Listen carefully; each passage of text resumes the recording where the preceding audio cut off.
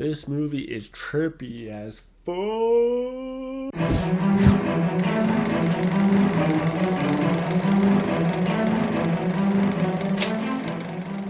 Hey guys, welcome to KM Reviews. I am Niddleman. Today I'm bringing you a review for a movie called Annihilation. Apparently this movie is based on a book, but I don't know. I don't read books. Maybe it's not. That's just what I heard. But this movie stars Natalie Portman. It's a sci-fi movie by the same guy who did Ex Machina, and I loved Ex Machina. If you love that movie, you'll probably like this movie. It's very different though. In this movie, basically what it is you have Natalie Portman. She's a former person from the army. She served for like 7 years. Now her husband was gone, completely missing for like a year, shows up randomly, and it gets her involved in this whole thing where there's this thing called the shimmer. It's just this ever-expanding kind of bubble where everybody that goes inside never comes back out. Everything inside is all weird and evolutionized, kind of weird. And this movie really kind of reminds me of a serious version of the movie with David Duchovny called Evolution. If you ever saw that, this movie is basically a serious version of that. Everything's just evolving super fast in there and crazy, and all sorts of weird stuff's happening.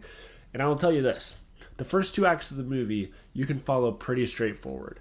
The last 10 minutes of the movie, it's basically like kaleidoscope the movie. There's some crazy weird visuals going on, some weird stuff. I think I kind of gathered what happened, but this also seems kind of like the movie where by the end of it, it's the kind of movie that's probably going to be studied in like film classes and stuff, like trying to analyze all the weird stuff. Did that mean this? Did that mean this? Blah, blah, blah.